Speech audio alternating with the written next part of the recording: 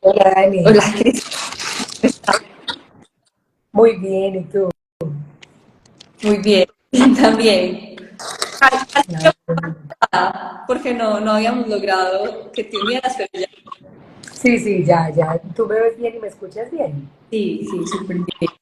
Ah, bueno, súper, excelente. La idea es que podamos compartir hoy un poco de este tema mientras las personas se van uniendo pues a presentarnos. Yo creo que ya nos han visto a las dos por acá.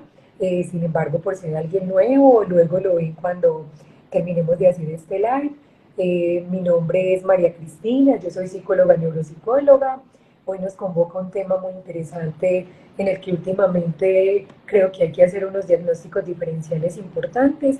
Y bueno, la idea es que si tienen alguna inquietud, alguna pregunta, nos la puedan ir haciendo mientras vamos desarrollando el live y en caso de que no la logren hacer en el live, también lo pueden hacer por medio de los comentarios cuando publiquemos el live.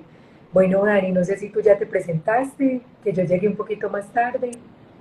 No, yo inicié Pero, de una, pero bueno, reitero la presentación. Mi nombre es Daniela Montoya, yo soy psicóloga clínica de acá del Centro Psicológico Esencia y actualmente también estoy realizando una maestría en neuropsicología.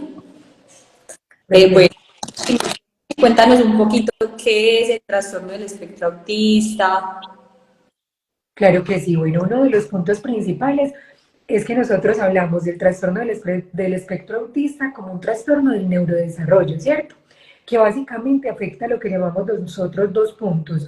Uno, toda el área socioemocional y el otro punto, todo lo que tiene que ver con la conducta repetitiva. Hablamos de que no existen unos marcadores biológicos como para decir vamos a diagnosticar con este marcador biológico, que es algo muy importante. Hay padres de familia que de pronto cuando se les da el diagnóstico de autismo nos preguntan, bueno, ¿y qué examen le puedo hacer? En el cerebro me aparece algo, si el niño tiene alguna situación a nivel de autismo. En realidad el diagnóstico principalmente se fundamenta en el juicio clínico. Algunos de los que tienen un trastorno del espectro autista pueden tener algún tipo de comorbilidad con algún tipo de epilepsia, con otro trastorno y podrían aparecer algunas alteraciones a nivel cerebral. Sin embargo, a nivel como clínico, hablamos de que se diagnostica no exclusivamente porque haya una imagen diagnóstica, sino que es básicamente con lo que nosotros vamos viendo y los síntomas que se van desarrollando de los niños desde el nacimiento y de ahí en adelante. Casi siempre empezamos a ver los síntomas desde los 18 meses y alrededor de los 3 años es donde empezamos a consolidar este diagnóstico de autismo. Hay algo importante dentro de este punto y es que yo siempre digo que no todo niño hiperactivo o que se mueve demasiado es hiperactivo y no todo niño que tiene retrasos en el desarrollo del lenguaje podemos decir que tenga un autismo.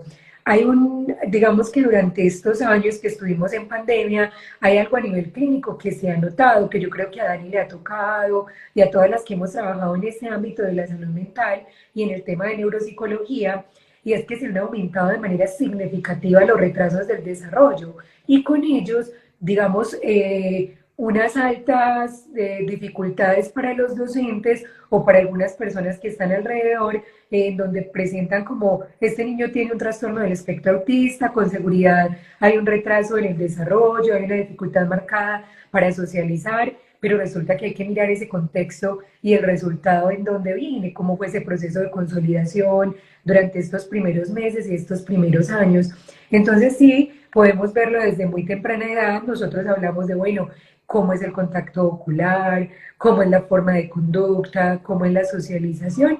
Sin embargo, pues necesitamos fundamentarlo en algunos síntomas que ya vamos a mencionar, pero que no solamente podemos decir que la etiología tenga o como la causa sea alguna exclusiva. En realidad nosotros hemos visto que pueden ser, tanto en las investigaciones como en el área clínica, hemos visto que puede ser con familiares que han tenido un trastorno del neurodesarrollo, que puede ser que los niños vengan con un riesgo neurológico perinatal o una epilepsia. Todo este tipo de cosas sí pueden estar pasando durante todo el trayecto del desarrollo, tanto desde el momento de la gestación como después del parto. Sin embargo, nosotros hablamos de que son factores multifactoriales, ¿cierto? Y que es decir, son varios. Y cuando hablamos de los síntomas más claros, podríamos decir que los enmarcamos principalmente, como decimos nosotros, en 3 o 4, como los más grandes de todos. El primero de ellos es lo que nosotros hablamos de las dificultades marcadas y persistentes en la interacción o en la comunicación social. ¿A qué me refiero con esto? Que no hay un interés de estas personas o de estos niños básicamente por tener una interacción social con otros. Es decir, prefieren jugar solos, si están en una fiesta, en muchos de los casos, prefieren irse a un lugar donde no escuchen ruido, prefieren irse a un lugar donde realmente tengan su espacio propio y puedan hacer como su propio mundo, como lo hablamos nosotros. Entonces acá hay que hacer una distinción importante entre esto que llamamos nosotros como la dificultad de interacción social con las personas que tienen una ansiedad social y con las personas que tienen un proceso de autismo como tal, ¿cierto? En el proceso de una ansiedad social, las personas generalmente tienen una situación y la situación es que básicamente ellos tienen una característica y la característica es, bueno, realmente no me interesa en la parte del autismo y en la parte de la ansiedad social, les tengo mucho temor, ¿cierto? Tengo como mucho temor a acercarme a los otros, que es algo completamente distinto. Un segundo punto fundamental es lo que tiene que ver con los patrones, decimos nosotros como restringidos o repetitivos del comportamiento. Por ejemplo, son niños que generalmente les gusta exclusivamente, no sé, los dinosaurios y se saben todo, toda la historia de los dinosaurios, ¿cierto? Conocen extremadamente ciertas características de sus intereses y suelen no querer nada, absolutamente nada diferente a lo que eso, a lo que eso implica. Y el tercer punto, lo que tiene que ver con esa parte del desarrollo del lenguaje. Cuéntanos un poquito tú qué has visto con el tema del desarrollo del lenguaje. ¿Cómo es eso de que entienden todo literal, Dani?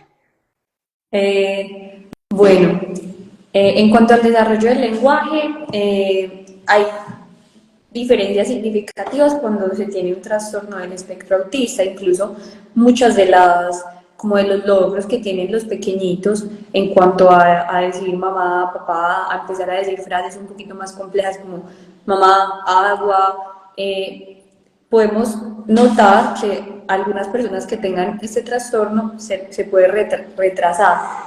¿Qué pasa? Es que este trastorno se divide como en 3 grandes grupos y esto nos dará también la diferencia en cuanto al lenguaje, que es uno de los síntomas más grandes y más notables.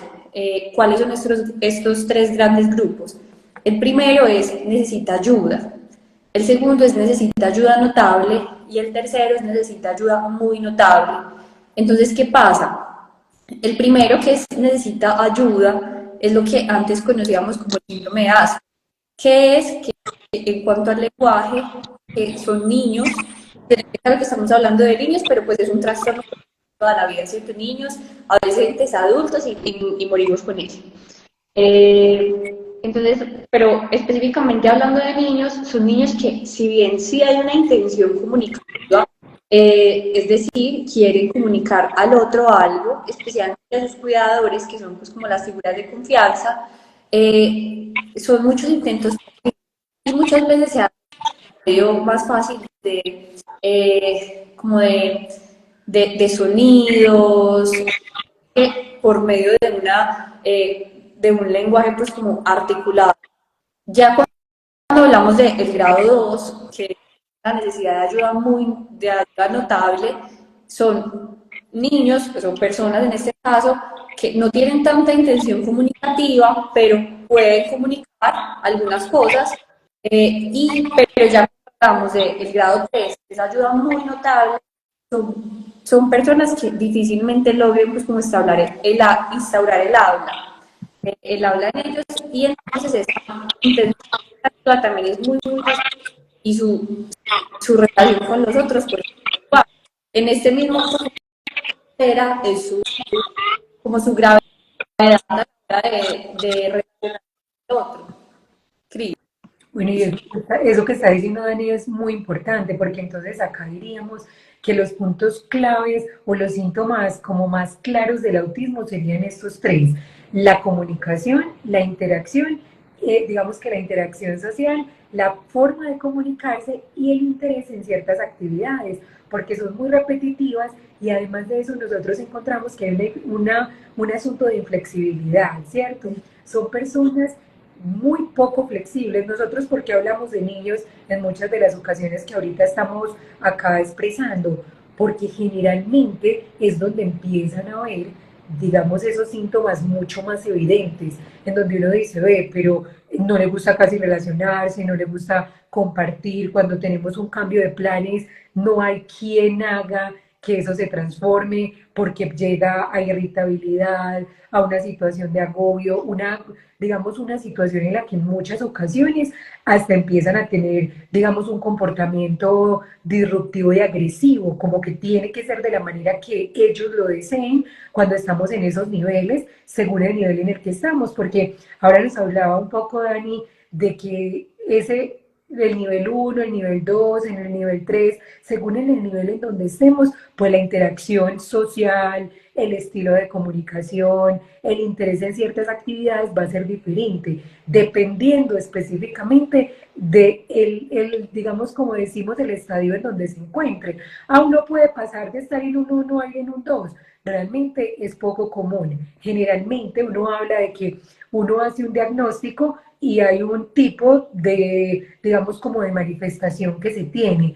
Y lo que uno hace generalmente cuando empieza a tener como eh, una gran necesidad para que ellos se vayan adaptando, para que realmente tengan como una forma de, diríamos nosotros, de aprendizaje desde lo que ellos son y cómo son, realmente queremos que quede muy claro que se puede perfectamente hacer, ¿cierto? Que no es como que uno diga, bueno, pero entonces ¿para qué sirve el conocer estos criterios? ¿Para qué sirve conocer cuáles son, digamos, las preocupaciones específicas que tenemos con estos pequeños? Pues nosotros podríamos decir que evidentemente nos sirve para mirar cuál va a ser la manera de interacción. Hemos encontrado que hay chicos, por ejemplo, el que yo, digamos, conozco, el que más tarde ha llegado, más o menos ha sido de 13 años que yo he atendido, ¿cierto? Que realmente tienen unas características desde muy pequeños, pero puede pasar algo. Uno, que hay una justificación de no, pero es que así era el papá, era muy introvertido, le costaba mucho expresar lo que sentía, no leía las emociones, y en realidad lo que queremos decir es, no toda persona que tenga dificultades en la interacción tiene un autismo, pero sí es muy claro que hay retrasos en el desarrollo de la interacción, de la comunicación y de la forma en que yo aprendo a manejar mis conductas o aprendo a improvisar el momento que una persona con dificultades del espectro autista no lo podría realizar. Y justamente acá es donde es uno de los puntos claves que aparece es, bueno, ¿y cómo hago yo un diagnóstico diferencial, por ejemplo, entre ansiedad social y un autismo, que es uno de los que más, por ejemplo, tiene esa distinción? Es claro que una persona con una ansiedad social puede tener unos rasgos de deterioro a nivel de sus relaciones interpersonales, pero no porque tenga ganas no, de que nadie me quiera, mejor que nadie me mire. No, en la ansiedad social las personas quisiesen tener amigos, quisiesen tener la capacidad de interactuar y quisiesen tener la capacidad de ser más flexibles ante los momentos en donde les toca improvisar.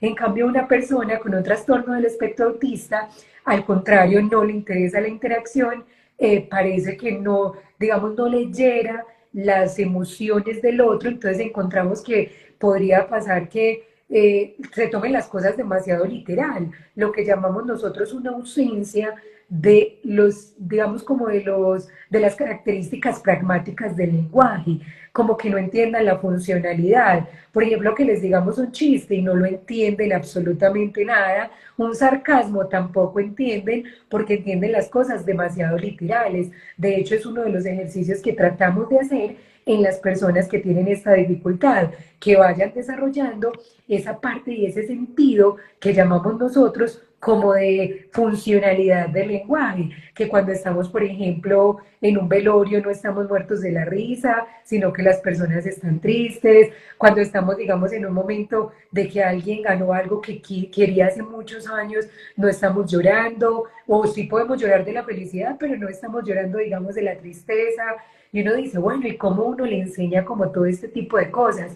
Nosotros hemos encontrado todo el tema de investigaciones a nivel de neurociencias, ha encontrado que es clave la parte visual en ellos, mostrar la escena y por escenas saber, bueno, cómo se está sintiendo esta persona, de qué manera se siente cuando a alguien lo roban, de qué manera se siente cuando alguien, digamos, perdió algo. Se le explica de manera explícita cada una de las situaciones y de las sensaciones que alguien puede tener frente a ciertas situaciones. Ese es uno de los ejercicios que se hace.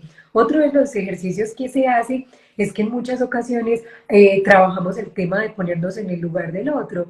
Entonces, bueno, ¿cómo se siente el otro cuando está, digamos, de papá y cómo se siente usted de hijo? Y le hacemos un juego de roles que le permita ir poniéndose en la postura del otro, porque es otra de las dificultades fuertes que aparecen dentro de todo este deterioro a nivel de estos trastornos del espectro autista.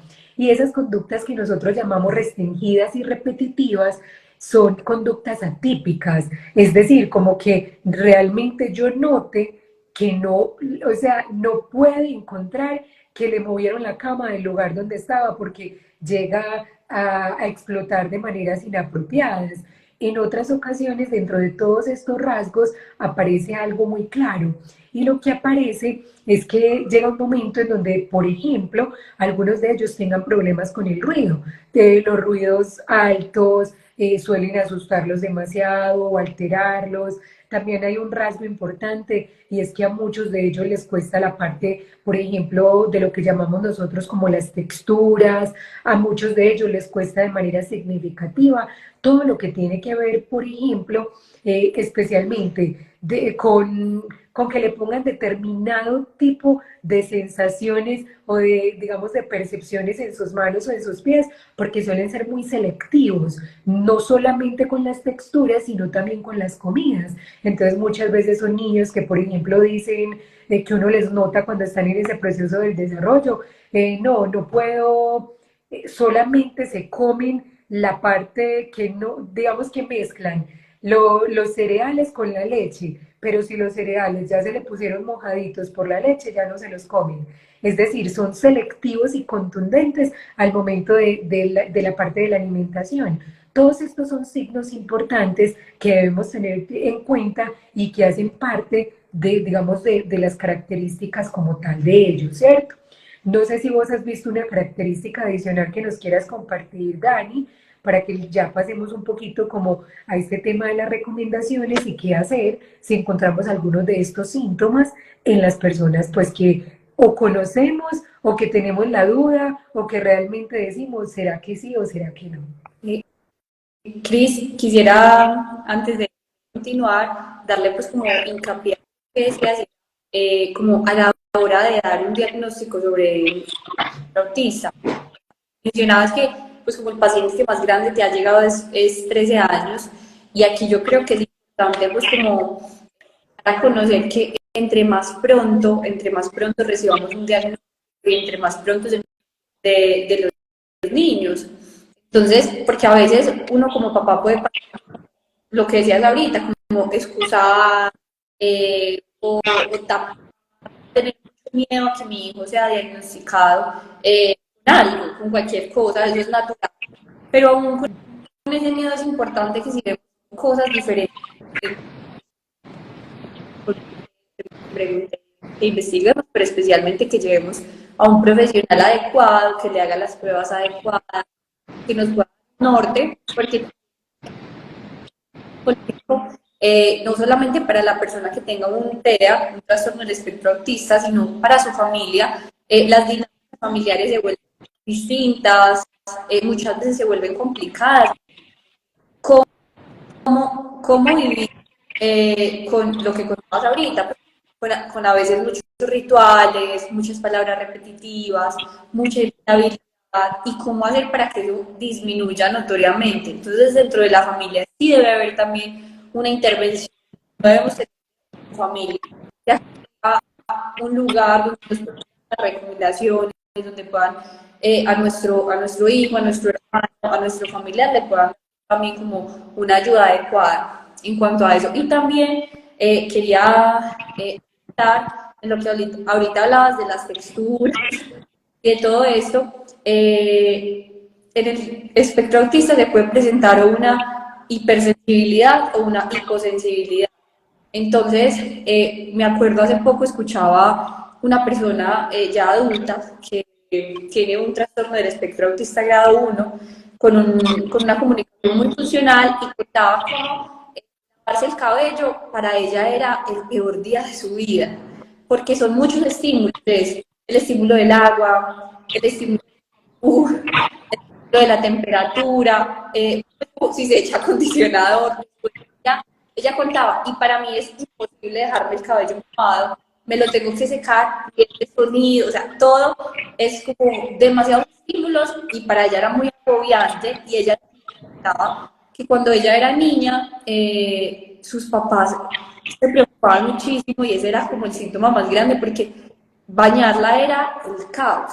Y por lo general, la mayoría de personas que uno conoce, padres y madres de familia, dice, a mi hijo le encanta el baño. Pues, por ejemplo, cuando uno tiene hipersensibilidad, el baño se vuelve como una lluvia de estímulos que me agobia, ¿cierto? Y cuando hablamos de la hiposensibilidad, hablamos de lo contrario, de que, por ejemplo, una temperatura caliente debe quemarte, entonces uno naturalmente quita la mano, y también una temperatura muy fría. Cuando hay una persona con hiposensibilidad, es como si no sintiera nada. O lo que siente es muy mínimo a lo que sienten las otras personas. Y pues como apoyar un poquito más como el tema de los síntomas para que conozcamos con un poquito más la profundidad de los, como que desde el nacimiento a los 2 años de vida. Ahorita decías que especialmente se ve como las diferencias a los 18 meses. Es cierto, y también tenemos algunas características que se pueden notar en algunos chiquitos. Por ejemplo, que uno coja al niño y uno se sienta como un muñeco, o todo lo contrario, se escucha mal. Se te Ve, interrumpe por raticos. qué extraño.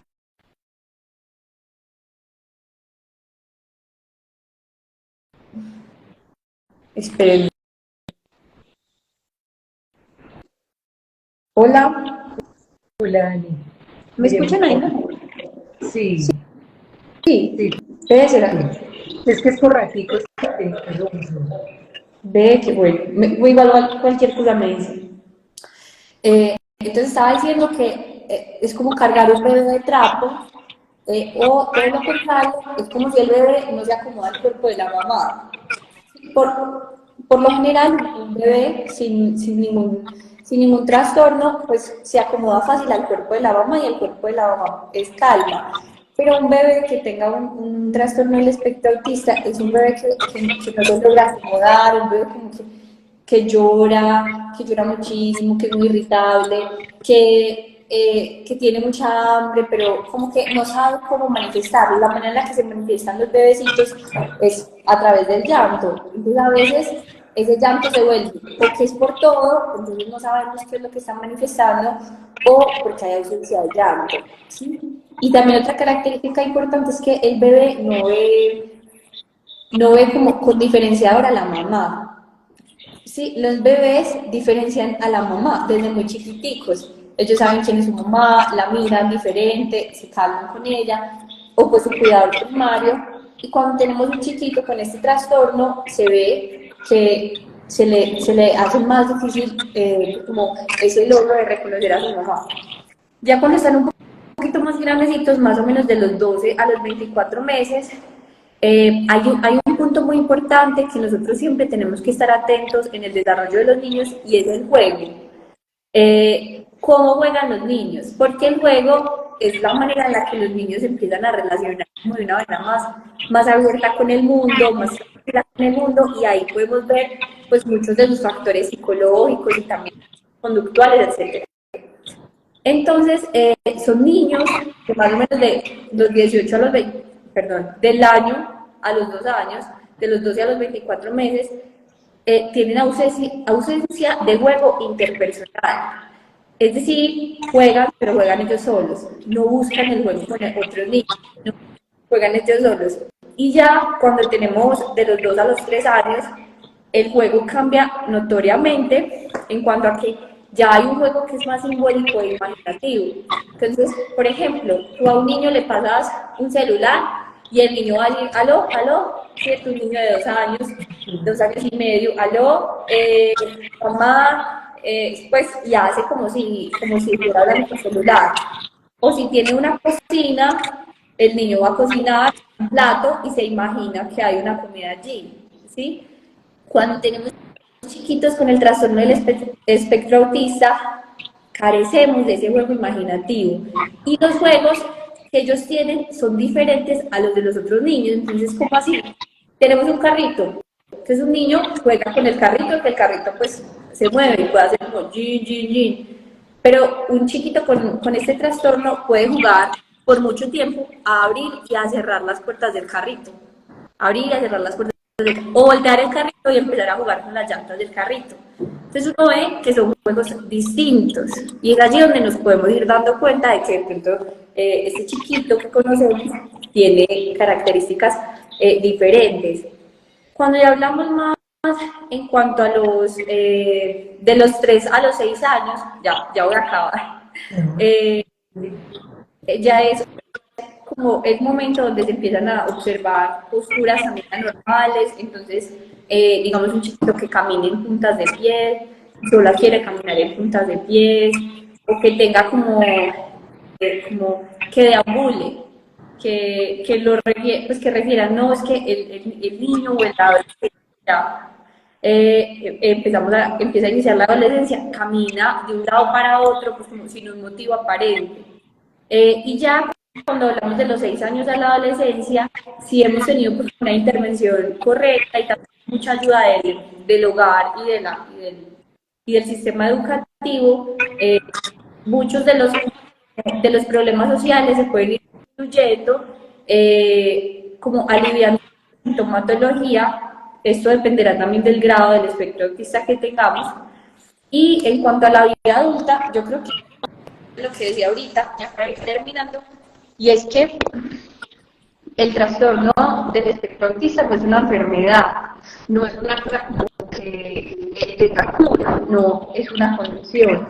Entonces es un trastorno con el que debemos aprender a vivir, con el que debemos aprender a convivir. Y en la vida adulta, pues también dependerá mucho de la familia, de que le haya hecho una intervención temprana, puede ser una persona funcional, también dependerá mucho del grado de autismo que tenga, pero igual van a seguir existiendo esas diferencias en cuanto a la empatía con el otro, en cuanto a la comunicación, y yo creo que ahí terminamos. Eso es algo clave lo que estás diciendo, porque realmente encontrar como unas características básicas dentro del proceso del desarrollo son síntomas que nos permiten a nosotros como familiares o como personas que quizás lo hemos sospechado nosotros mismos, puede ser, porque a uno les llegan adultos que vienen a que se haga definitivamente un diagnóstico diferencial alrededor de lo que le pasa y de lo que está sintiendo, ¿cierto?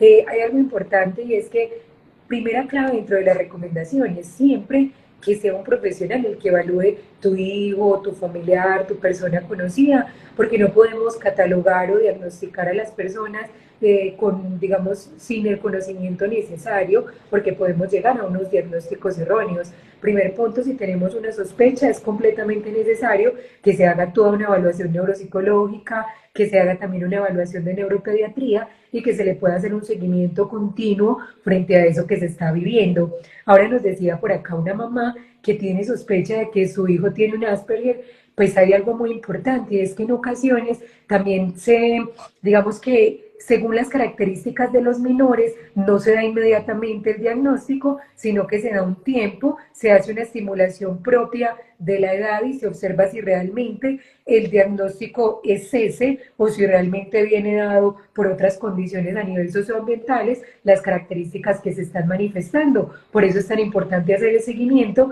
y no tener temor de que ay, voy a ir y me van a diagnosticar a mi hijo inmediatamente. No, si no cumplen los criterios, lo que posiblemente se va a hacer es ponerlos en un seguimiento y hacerle la estimulación adecuada.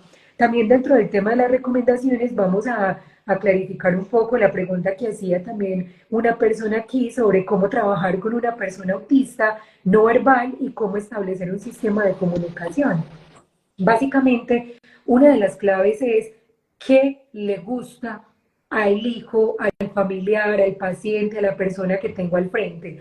Hay algunos que les gusta dibujar, hay algunos que les gusta construir, hay algunos que les gusta el espacio, hay algunos que les gustan los dinosaurios. Debe ser claro que en el momento en donde yo logre conseguir la atención de esa persona que tengo al frente, es donde tengo el mejor punto para tener una comunicación más real y más cercana con esta persona que tiene una dificultad, conocer qué es lo que realmente le gusta, con qué capto la atención y a partir de eso es que le voy a explicar las cosas básicas que necesitamos de habilidades sociales o de interacción o de adaptación, porque como lo decíamos, depende mucho del grado en el que aparezca esta dificultad como tal. Pero la primera respuesta sería según lo que le guste. Si le gusta dibujar, desde la parte del dibujo, si le gusta leer, desde la parte de la lectura, instaurar específicamente esas, podríamos decir como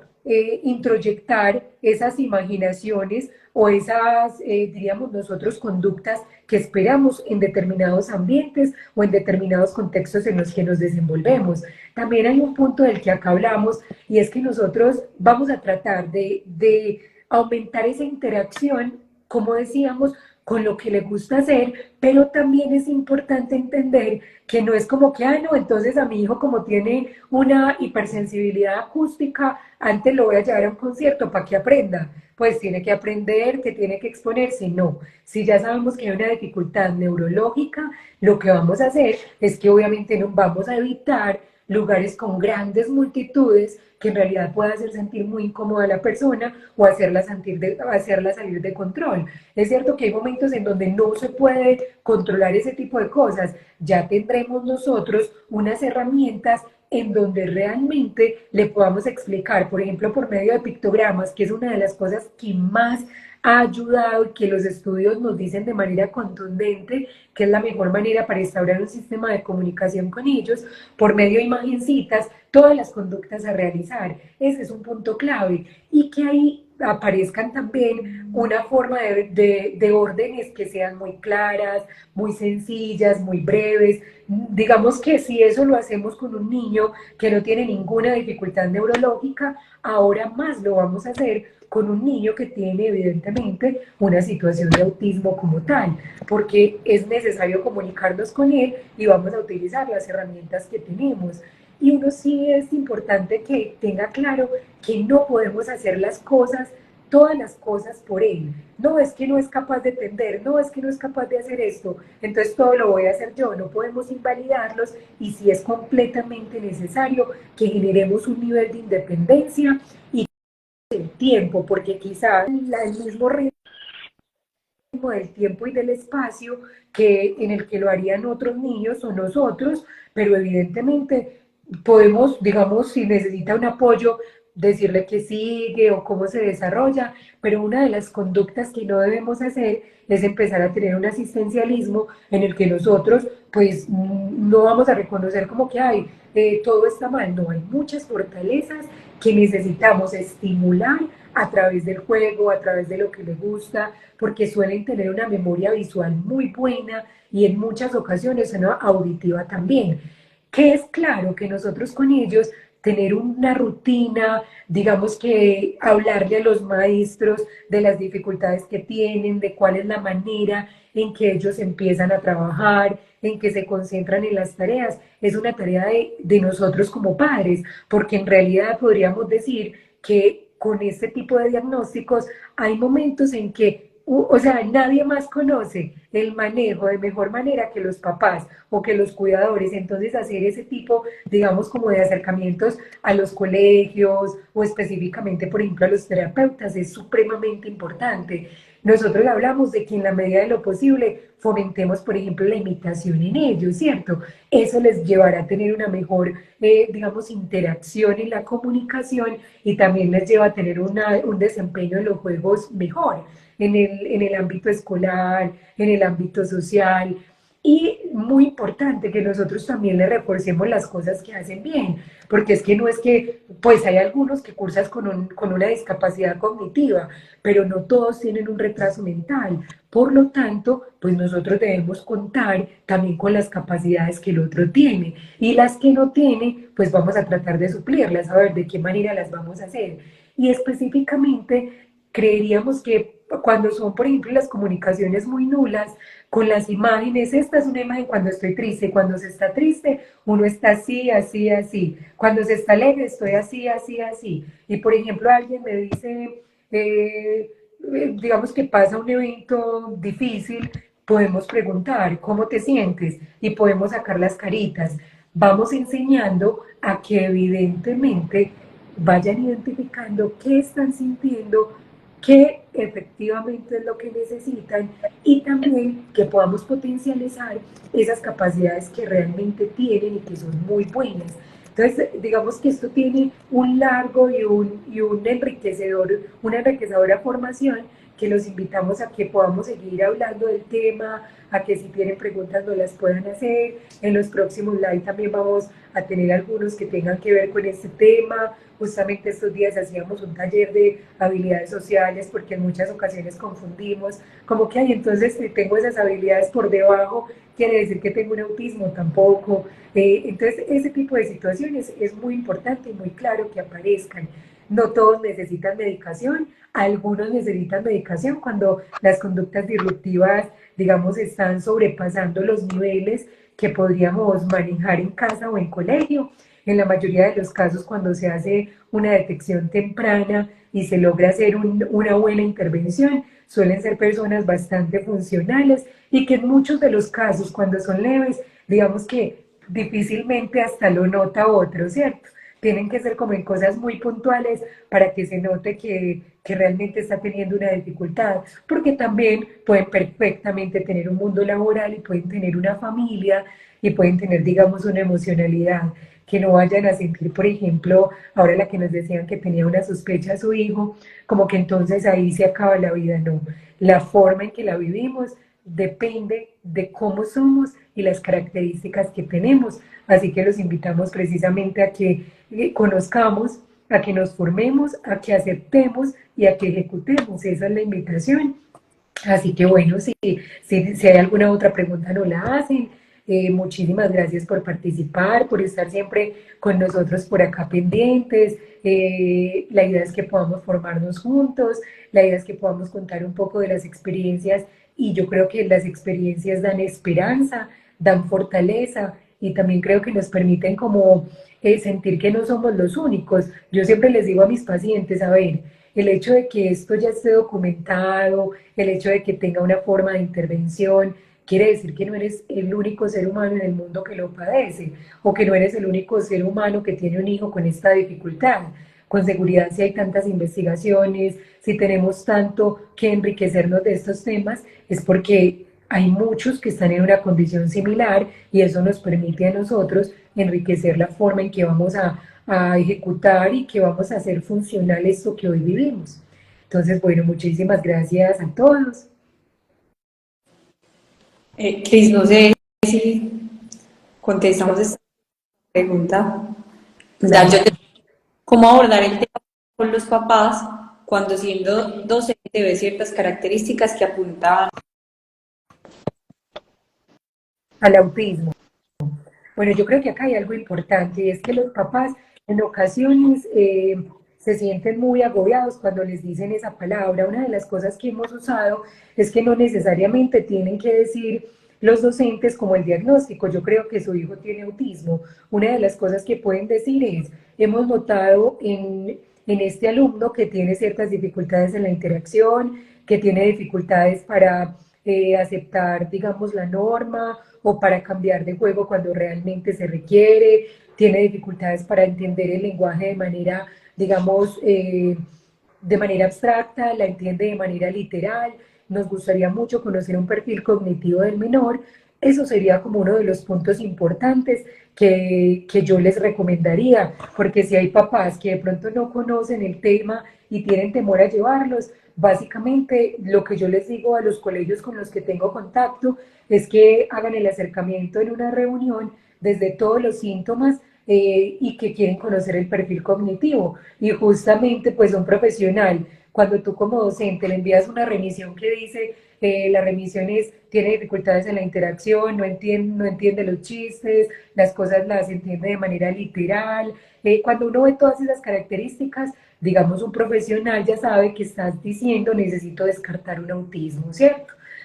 O todo lo que tiene que ver con el espectro de estos trastornos o de los trastornos del lenguaje. Entonces sí lo podemos hacer específicamente sin darles el diagnóstico de entrada, porque es cierto que en realidad necesitamos hacer el estudio y no todos los papás están preparados para escucharlo de esa manera.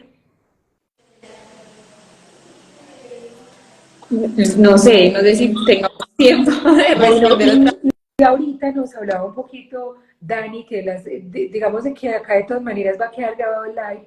Nosotros habíamos hablado acá y Dani había hablado un poquito de los niveles. Los niveles del uno, del 2, del 3. Una de las cosas claras que aparecen ahí es que cambia un poco el tema de la funcionalidad. Entonces el nivel uno, digamos, es más funcional que el nivel 3, ¿cierto? Entonces, ¿qué nivel de funcionalidad tenemos? Es el que determina el grado de capacidad. ¿Soy yo? ¿O hola? Hola, Dani. Sí, tú te estás como yendo. Ah, bueno, yo. Bueno, no, dale, dale, dale. Entonces, básicamente sí, que los niveles de funcionalidad de cada uno de los ámbitos de interacción social, de comunicación y de patrones restringidos son los que nos dicen el grado y el nivel en el que se encuentra. Generalmente el nivel uno es el nivel más leve y entre más avanza es el nivel que tiene menos funcionalidad y que requiere mucha más dependencia de los otros en la interacción, en la forma de expresarse y en lo demás. De todas maneras, por acá Dani ahorita en unos minutos antes lo dijo, entonces podríamos, ahorita dejamos grabado pues el live para los que de pronto entraron un poquito más tardecito. Bueno, y les agradecemos mucho pues la cercanía y que estén por acá. Sí, muchísimas gracias. Igual, por si pues te sirve también lo que hoy conocemos como nivel uno, es lo que antes se conocía como el síndrome de Down, que es más sencillo encontrar como bibliografía de este, porque es muy nuevo el término de, pues esta nueva pues como diferenciación de nivel uno, nivel 2, nivel 3. Pero Ujú. en No, cuestión general, es justamente lo que dice Cris en cuanto a la comunicación. Es leve, pues, como la diferenciación, hay una intención comunicativa. Igualmente, en cuanto a la ansiedad a la hora de cambiar pues, como de rutinas y de hábitos, pero también todo dependerá dependerá también muchísimo de muchos factores de la casa, cómo ha sido criado el niño, etcétera. Entonces ahí, bueno, cualquier cosa nos hacen, si hay más preguntas nos las pueden hacer en el live que vamos a hacer ya mismo. Bueno, y les agradecemos muchísimo por este espacio. Un abrazo para todos. bueno, que tengas una feliz tarde pues Dani. Igualmente, Cris, muchísimas gracias. Bueno, a ustedes también que estén muy bien. Y el contacto lo tenemos básicamente, lo podemos dentro del interno, acá en el mismo chat de Essential, en el chat podemos sin ningún problema escribir lo que necesiten. También obviamente acá nosotros trabajamos con esta parte de estos diagnósticos. Tenemos varios niños, de hecho tenemos algunos grupos que realizamos. Entonces, bueno, por acá pueden escribir y también en el link inicial aparece el número telefónico en el que también se pueden contactar. ¿Listo? Y un plus ahí es que me parece muy enriquecedor porque hay como eh, multidisciplinario. Entonces, por ejemplo, si el chiquito, además de tener un trastorno del espectro autista, necesita intervención con fonoaudiología, y también hay fonoaudiología, entonces pues, también las puertas abiertas a quienes... Total. De manera integral. La idea es poder hacer una intervención de manera integral. Bueno, un abrazo pues para todos. Que tengan un feliz día. Hasta luego.